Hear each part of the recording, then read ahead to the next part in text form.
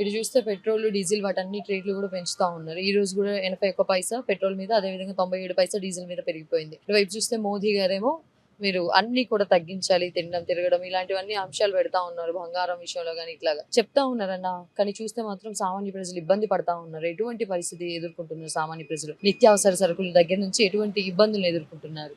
నూనె వస్తువులు ఇంక్రీజ్ అయినాయి, తిండి వస్తువులు ఇంక్రీజ్ అయినాయి, కూరగాయల వస్తువులు ఇంక్రీజ్ అయినాయి. దీనికి అసలు ఏం సంబంధం లేకుండా పోతుంది. వీళ్ళు సపోర్ట్ చేస్తేనే మనం మిడిల్ క్లాస్ వాళ్ళం బతకగలుగుతాం. మనం చూస్తే హైదరాబాద్ ని ఫ్యూచర్ సిటీగా మేము ఇంకా రూపుదిద్దబోతాము, ఇంకా డెవలప్ చేయబోతా ఉన్నామని చెప్పి ప్రభుత్వం చెప్తా ఉంది. మరి ప్రజల పరిస్థితి ఏమో ఇంకోలా ఉంది. ఎందుకని ఇంత వ్యత్యాసం ఉంది? ఏం చేయరు మేడం, అంతే. ఈ కాంగ్రెస్ రాజకీయమే ఇంత.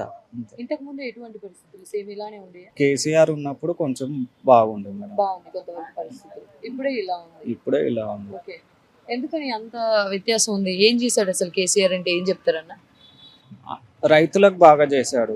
అప్పుడు కూరగాయలు తక్కువ రేట్లు ఉండే, నూనె రేట్లు, మళ్ళా బియ్యం షాపులు వాళ్ళు మనకి ఫ్రీ ఇచ్చారు, అన్నీ చేశారు. వీళ్ళు దోపిడీ చేస్తున్నారు, ఇవ్వట్లేదు మిడిల్ క్లాస్ వాళ్ళకి. కొన్ని ఇష్యూస్ ని, సిచ్యువేషన్స్ మనం చూస్తూ ఉంటాం అన్న. బయట చూస్తే ఈ మధ్య కాలంలో ఒక చోట ఇళ్ళని కూల్చడం కానీ ఇటువంటివన్నీ కనిపిస్తా ఉన్నాయి. ఇప్పుడు ఏం చెప్తా ఉన్నారంటే కాంగ్రెస్ ప్రభుత్వం వచ్చాక కొంతవరకు సామాన్య ప్రజలు ఇబ్బంది పడతా ఉన్నారని చెప్పేసి చాలా మంది చెప్పుకుంటున్నారు. ఏదైతే 6 హామీ పథకాలు ఏదైతే చెప్పారో నెరవేరుస్తానని చెప్పేసి, ఆడపిల్లలకి 2500 కానీ, పెళ్లి చేసుకున్న వాళ్ళకి తులం బంగారం కానీ, ఇట్లా చాలా హామీలు ఇచ్చారన్న. ఇప్పటి వరకు ఎన్ని నెరవేరాయి? ఎన్ని నెరవేరలేదు. కేసీఆర్ ఉన్నప్పుడన్నా డబుల్ బెడ్రూమ్లు కొంతమందికి ఇచ్చారు. ఇప్పుడు కాంగ్రెస్ ప్రభుత్వం వచ్చినాక అస్సలు ఎవరికి ఇచ్చినట్టు కూడా తెలుస్తలేదు ఎవరికి. ఫ్రీ బస్ పరిస్థితి ఏ విధంగా ఉందన్న? ఫ్రీ బస్ ఏంటి, ఫ్రీ బస్ ఒక్కటే, అది ఒక్కటి పెట్టారు. మిగతా దాని మీద పెట్రోల్ పెంచుతారు, నూనె వస్తువులు పెంచుతారు, అన్నిటి మీద పెంచుతారు. ఎక్కారా మీరు? ఎక్కాము. ఎలా ఉంది పరిస్థితి?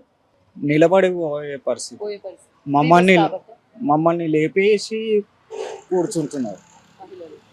అండ్ డ్రైవర్లు కూడా బస్సులు ఎక్కడ అంటే అవసరమైన చోట ఆపకుండా వెళ్ళిపోతున్నారు. కంప్లైంట్స్ కూడా వస్తున్నాయి చాలా. జెంట్స్ ఉన్న దగ్గర ఆపుతున్నారు బస్సులు, లేడీస్ ఉన్న దగ్గర ఆపుతలేరు. వాళ్ళు చేయి చూపెట్టినా అని ఆపుతలేరు. నిజమా? నిజం.